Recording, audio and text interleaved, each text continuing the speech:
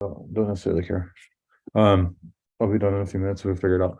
Um, all right. So we're talking today about I literally just had it written down and I've totally drawn a blank on what it is. It's a life insurance. They have no life insurance, MACHO. Okay. So that's what we're going over today. Is they have life insurance, they don't have life insurance, excuse me, and they are MACHO rated, which means they are married in the age range, have kids, own a house, or have a job, or they're married or they have kids. It's one or the other. Okay. So why are you taking a picture? All right, for context, I need to show the YouTube channel this because some of them don't. So this is where I'm sitting to run the wake up call this morning, and Taylor just took a picture of that. So, so anyway, that's amazing. All right. So if you get Josh, it's not like your desk, bro. I'm sorry. Not all of us can be professionals all the time. So uh, so if you guys want to learn how to close business, right? This is going to be one of the, so in my opinion, this is one of the most common people that you're going to run into. Usually you shouldn't find yourself in many scenarios like we went over yesterday, single, no life insurance. You shouldn't be on a kitchen table in that environment. Okay. Now this one, you are with somebody who is married or has kids or both. And that then they don't have life insurance. So again, same process, right? So let me pull up the slideshow. So it's going to be the same process as yesterday to an extent. However, now instead of those three reasons, these are the new three reasons, right? So when I'm talking with somebody and I'm going over, hey, we got no life, and I discover, Ellie, that they have no life insurance. This is what I say. So I would say, hey, there's usually three reasons that, or there's one of three reasons that somebody who has a family would not have life insurance. Is it okay if I kind of go over those three things with you? Okay, perfect. So the first thing is they know they need it. They just haven't gotten around to getting it yet. Okay, the second thing is sometimes they're a little bit worried about the cost, right? It's like, hey, I know I need it, but it's going to be expensive. And so rather than look for it and kind of figure out the price, they just avoid it altogether, right? And there's, again, nothing wrong with that, that we're just kind of addressing the three things, right? Now, the third thing, and I know this isn't you, right? But believe it or not, I do come across people, and again, I know this isn't you, but I come across people who genuinely don't care what happens to their family if something were to happen to them. And so since it's not you, since you're not number three, and I know you care about what happens to your family, Mr. Client or Mr. and Mrs. Client, which of the first two is it as to why you haven't gotten started with your life insurance policy? You just haven't gotten around to it, or you're just worried about the cost? And I mean, guys, you'll straight up have people that tell you, like, I don't care what happens to my family. Not very often, but I've had people say that to me, and I'll straight get off the call. Like, well, great. Thanks for your time. I appreciate it. Why? Because I'm not going to do business with somebody that's not logical. Does it make sense? Like, I'm not going to sit here and try to like make somebody who thinks that a square peg is going to fit into a round hole buy life insurance. That's just frustrating to me, right? So I'm not going to do that, right? What I'm going to do is I'm going to cover the three reasons. I'm going to lay out all three, take number three away, and then I'm going to ask them, well, since obviously you care about your family and what happens, right? Which of the other two is it? You just know you need it, you haven't gone around to it yet, or you're just worried about how much it's going to be. And then they're going to give you one of the two scenarios, right? Well, I know I need it, I just haven't gotten around to it. Okay, great. So since you know you need it and we can help you with that, let's pull up the quotes and we'll just take a look at it. We'll figure out a good price and we'll make that happen for you. All right, so I'm going to share my screen. Can you see my screen? Yes, I can. Okay, great. And how old are you again? You're 33. Okay, and your wife's 31. Great. And I'm just going through a quote. I'm not even like, I'm not worried about if they want to see the quote or not. Why? Because they just told me that they need it and they do not have it. Does that make sense? Are you all following me right now? Like, I know this is rocket science sometimes when we get stuck on like the hard things, right? So let me back up. So I didn't mean to go forward on that. So guys, look, you have to, when you're talking with somebody, if they know they need it and they do not have it, and you are on a Zoom call with them, you should close 90% of those calls. It is literally a lay down. Like, it is the most easy thing for you to close right there. Why? Because they know they need it and they do not have it, and they are on a call with a life insurance agent. You should not leave that without taking a nap. Okay, are you guys with me? There's like no one's camera on this morning. I'm a little bit nervous. I feel like I scared everybody off. But are we good here? Like, is this, we follow me, right? Number two is they're worried about the cost. Well, hey, listen, Mr. and Mrs. Client, I understand that you're worried about the cost, right? But if I could find something that fit your budget and made sense, if I could find something that fit your budget and made sense for you and your family, would you be open to it? Yes, I would. Okay, great. And then guess where you go from there? Would you be open to it? Yes, I would. Okay, awesome. And then I go right here to the closing questions. Number one, if money were an issue, how much coverage would you want to have? And Taylor walking by goes, all of it. I don't know if you guys heard that, but she right behind me is all of it, right? As I asked, so how much coverage do you want? And then you let them tell you, oh yeah, maybe $10,000. And then you just got to kind of, sometimes if they tell you a really low number, like, you have to help them see how that is a dumb answer, right? Like 10 grand in coverage ain't getting you much, right? It's not even going to get you a funeral. Right. So we have to sometimes navigate that for people. And so, hey, look, if money weren't an issue, you would want all of the coverage, right? Yes. Okay, great. Now, obviously, money is always a factor. How much do you feel like you could invest comfortably on a monthly basis, making sure that your family is cared for, your retirement plans are in place, etc. Right. And before you answer that, most of our clients say somewhere between $50 to $100 a month. Some say 100 or more, some say 30 to 40. Where do you feel like you could be at comfortably? That is not a word on the screen right now. So let me fix that. But it's comfortably, I can't even say that. But so again, ready? The two closing questions. If money weren't an issue, how much coverage would you want? Okay, obviously money is a factor. So how much do you feel like you can invest comfortably on a monthly basis, making sure that your family was taken care of and planning for retirement and everything was taken care of there? Right? Figure out a way to ask that question that makes sense in your head. I don't care exactly what you say here. I care that the skeleton is in place, right? Now, the second thing is, so before you answer that, most of our clients say somewhere between, and then I'm pausing for a second because you have to be aware. Okay. If you're meeting with somebody who is 5'5" and 400 pounds, they're probably not going to get covered. Okay. But if you're meeting with somebody they're smoking a cigarette or they keep hitting their vape on the call or whatever it is, and you notice, hey, look, they're using tobacco and nicotine, don't come at them with a $20 or $30 a month policy, guys, because that you will not get into that range with a tobacco rated policy, right? So you have to be aware of what's going on the call and of who you are talking to. If you're meeting with a 50-year-old client and you tell them, well, we get your policy for $15 a month, that is probably not accurate.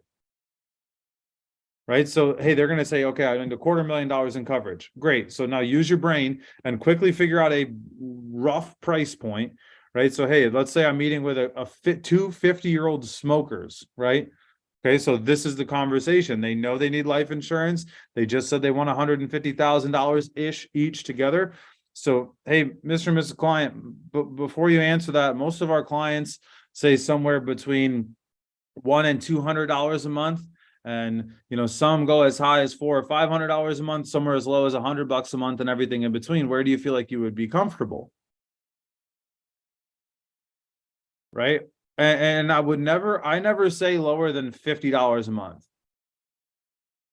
Just because statistically, policies under $50 a month can't get canceled within the first year and a half.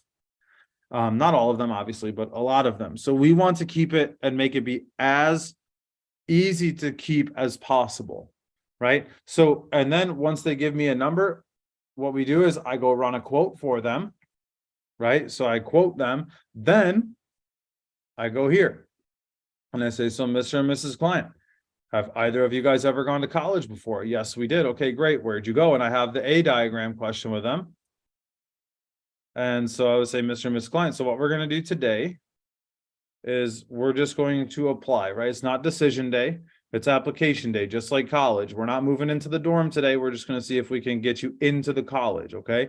So once we get you into the college, then we make the decision of if we want to go there. But so are you familiar with how an escrow account works? They're going to say yes or no. If they say yes, you're going to still explain it. If they say no, you're going to still explain it.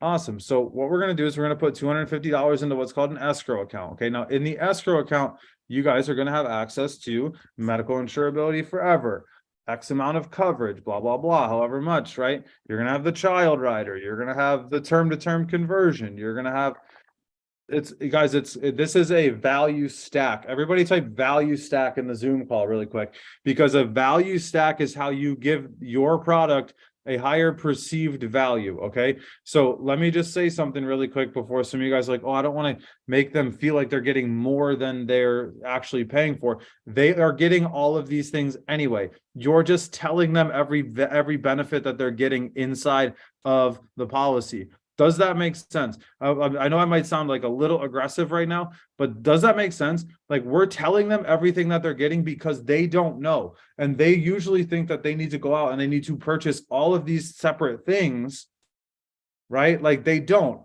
Like, you don't have to go buy an engine, a blockchain, a turbine, like all the exhaust pieces, each individual tire. When you buy a car, you just buy the car. We are explaining to them all of the pieces inside of the policy right here. And we are intentionally drawing out the list to make the 250 look like it's going further than it is, because 250 for us is a logical decision for somebody that needs life insurance and can afford it. For somebody that does not have life insurance right now, they need it and they can afford it. We have to bridge the gap. We have to make that 250 we have to help them see how that 250,000 or that $250 a month covers as much as it does, because they don't know all of the things that you know about the policy. Does that make sense, guys?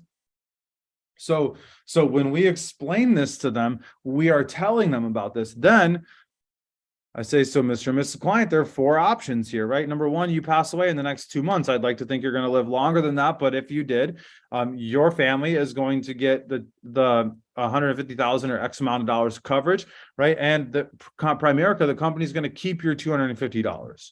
I think that's a fair trade. Would you agree? Yes, they would agree. Perfect. So then the second thing is, Primerica could say, hey, you know what? We can't cover you. And if they don't cover you, then we'll give you your $250 back. Okay, you'll get a refund check in the mail for every penny. Okay.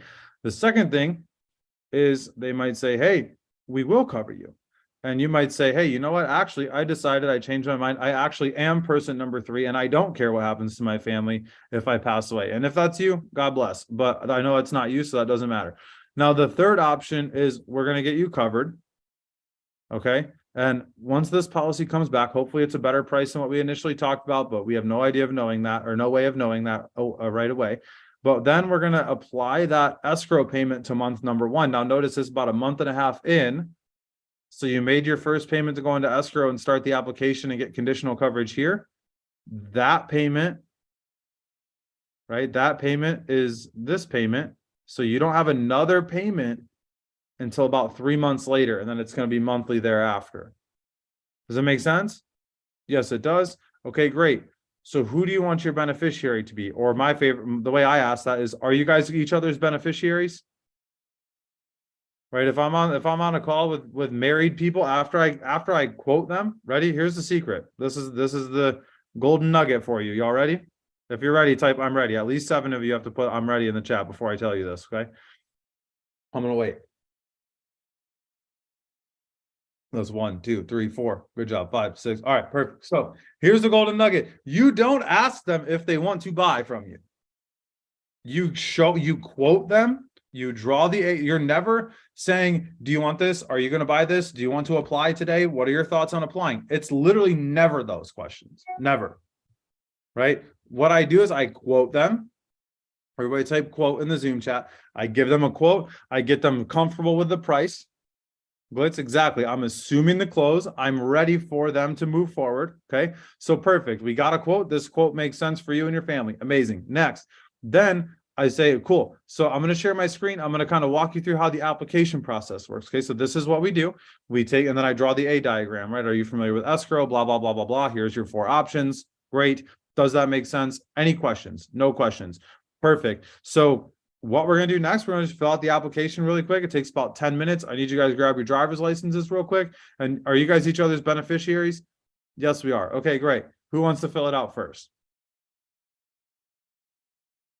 And then, guys, you just got to be ready for them to say, well, we got to think about it and stuff like that. Oh, we got to think about it. Think about what, right? We're just, we're just asking clarifying questions. Well, I need to think about it. What do you need to think about? You just told me you don't have it and you need this.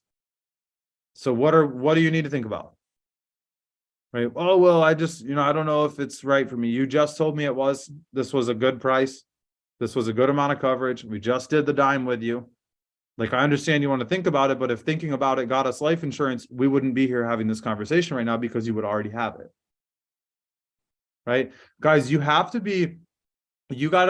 you need to develop skills with people. You need to get good at talking to people and developing rapport in the beginning of the call and good emotional deposits in the beginning. Like, oh, that's awesome. You're such a good mom. You're blah, blah, blah. You're good at your job. Don't be disingenuous. But like you're saying stuff like that to get them to appreciate and listen to what you have to say. And then when they come in, they're immediately like, they're ready for you to have that conversation. Guys, if life insurance was a logical thing for a lot of people, they would have it, right? I can't tell you how many times I recruit in-market people that have zero life insurance. It's crazy to me. It blows my mind. And can I just be transparent with you guys for a second? Like, I do not like the internal consumption model business at all. Like, you should definitely be recruiting people and getting them in market and training them with other people that are clients and not recruits. But let's be honest, if you recruit a married couple that does not have life insurance and they sit with you for 2 or 3 or 4 calls and they are still not covered, you're not doing your job. I'll just say that. I'll just say it. And you can be mad at me if you want. Because they came in here to make money and they're getting a financial education. And if you haven't done a good enough job explaining how and why life insurance is an important thing for them to have, and for a client to have, you don't even need to, Lydia, I'm gonna pick on you for a second. Like, Lydia, I did not have to be like, you and Matt need to buy life insurance right now. Did I? No.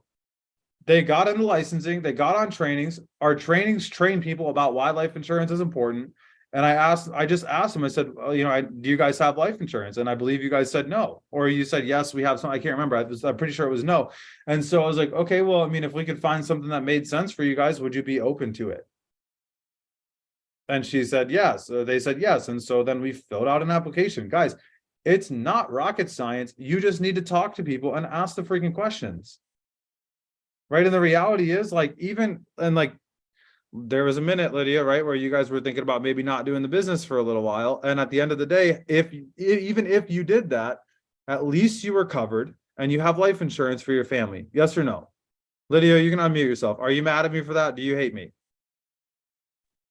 I do not hate you. No. Great. Guys, get out of your own head. Get out of you are the roadblock in your business for your income. A lot of you guys are. You guys we're great at recruiting.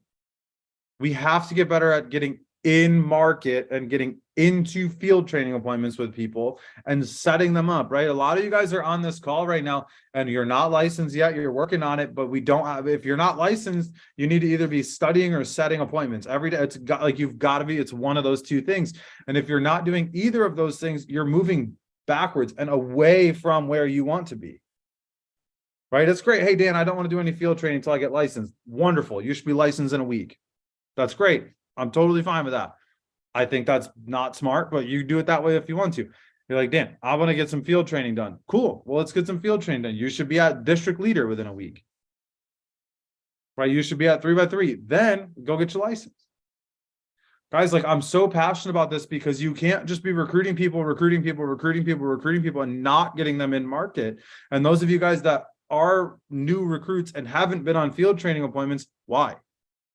Do you not what is it? Where are you stuck? Do you not believe in yourself, your trainer, or the product? It's one of those 3 things, right? So you got to talk to your trainer and walk through that so you get in the market and you feel comfortable setting up appointments. Because I promise you guys, this is one of the things I'm talking about at the Builder School.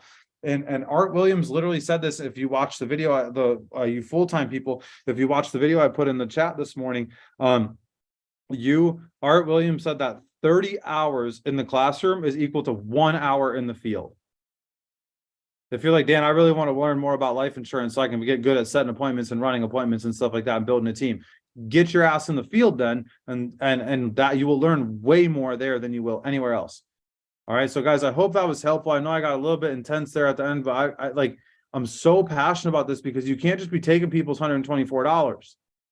You've got to get them in the field. You've got to get them licensed. You've got to get them engaged. It shouldn't take you super long. So, all right, guys, we're going to go over the docs. Hopefully you all filled it out. Angie and Jenna, please text me today a time that we can take 5 minutes and get you guys in here updating everything. I'm saying that not in a sassy way. I'm sorry if it sounded that way, but we got to get you guys in there so you have accurate tracking. Okay.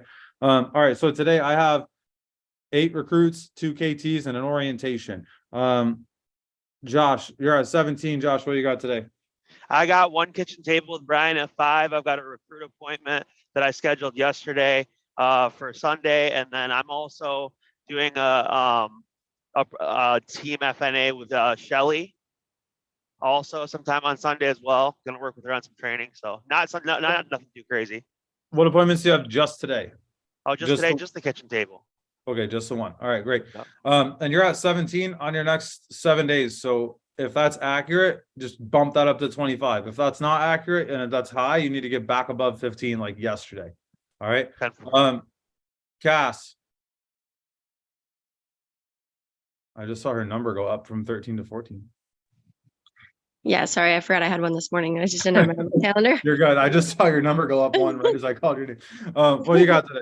I have 1 KT and 4 recruits today. Awesome. Get above 15. So you, Cassie, you have 5 appointments today or 4 total? 5. Okay, so you got to set 6 today. Okay. If you set 6, you're gonna get above 15. Your momentum on your team starts with you being at 15. I know you have teammates that are on the call and that's great, but like they're following your lead and you're the pace car for your team. So you got to get that number up above 15 and hold it there like your life depends on it, because it does. Like your business does depend on you staying above 15. So get there. You're like flirting with that line right now and you've been above 15 for a long time and you guys had a lot of momentum. You're traveling, builder school. Same thing I was telling Ellie, and lots of good stuff going on right now. But don't get distracted by good stuff and avoid your business growing because of the good things happening right now. Karen, same thing. You're at 11. Karen, what do you have today? 2 team KTs and 3 recruit calls. And Perfect. I have a question. Okay, you got 5. So you're going to be down to 6 tomorrow. So you need to set at least 5 to stay at 11 today. You don't go backwards on the docs. You got to get up above 15. What's your question? Yep.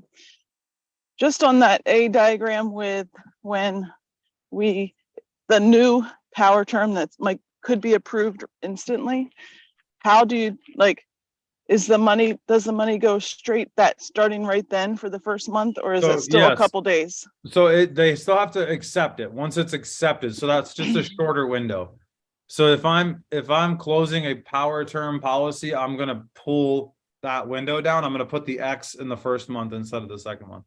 So it might just be a week or 2 or something. Yeah, and I just tell them like once it's and when I say that, I say once you're approved and accepted, then your first month's payment. So they might get approved right away. That doesn't necessarily mean it's accepted right away. Usually it does, but not necessarily. And I've not had anybody be like, "Oh, you said it was going to be 3 months," because I tell them like, "Hey, your first payment will be today. Your next payment will be on the 32nd of next month." That doesn't make any sense, but you know what I mean, on the day next month. All right, Elle, you're at 3 right now. What do you got for the week or for the day? So I have nothing for the day, so I'm going to set at least 10 today. You're locking. What I just heard you say is you're locking yourself in a room because you have a ton of people around your house right now, and you're not leaving until you're at least above 10, but you're gonna get to 13 today. Is that correct? That's what I just heard myself say too, I guess. I mean, there's a lot of words, but Right. Right. I get good at reading between the lines, so that's good. But are you a stick or a carrot person, Elle? really starting to believe I'm a stick. All right. So who's all on the call right now? All right. So everybody go take, hey, Elliot, I want you to go take a screenshot of all the participants on the Zoom call.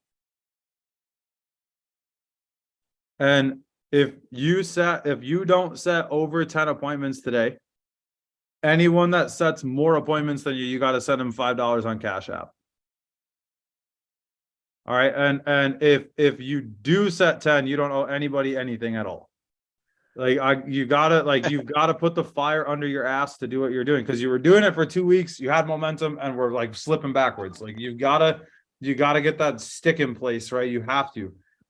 You can do it or not, that's up to you, but I'm gonna challenge you to do that today. Like you set 10, it don't matter. So if I were you, I'd be like, all right, I'm in. Like that way I make sure I set 10. But hold yourself accountable to that, bro. It's worth it. You're doing that, I promise. Jenna, 2.